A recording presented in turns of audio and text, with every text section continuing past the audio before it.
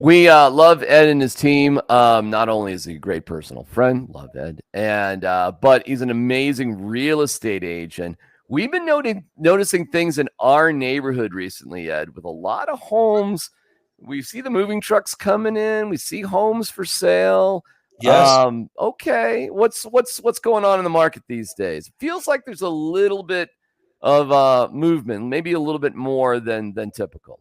Well, absolutely. And I think we all look at the spring as sort of like, oh, it's the the buying and selling season, but it's the spring, and then also it's the fall is quite busy, and it's folks wanting to make that change before the end of the year, and there's like these different pushes where people want to be in before school, but it doesn't end there. And then on top of things, when you have mortgage rates trending in the right direction.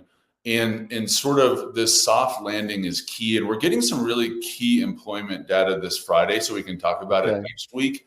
But we've seen a lot of activity, and just meaning more properties for sale, but also a lot more absorption, meaning buyers are less concerned, about the future and making moves, setting up showings and making offers.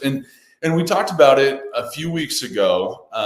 We have seen the NAR changes come into effect as of mid-August, and that's changing things. And I think absolutely for the best. And the big takeaway here is there's a whole bunch more transparency around compensation. So it's being negotiated through the purchase agreement. And I don't want to get too far in the weeds here, but it's interesting. And if you have any questions, or if I can help out there, just let me know, because over the last couple of weeks we're in the thick of it, but it appears that folks are thinking or wondering, oh, do I have to pay an agent? And it's always been negotiable. I mean, it has absolutely always been negotiable, but now the buyer agent, the folks that are representing the buyer, that co-op commission is being negotiated on that purchase agreement. And so if nothing else, it's just much more transparent. And obviously what matters to everybody, the seller, the buyer, is that bottom line. So that's been really good. And seeing that activity kick up is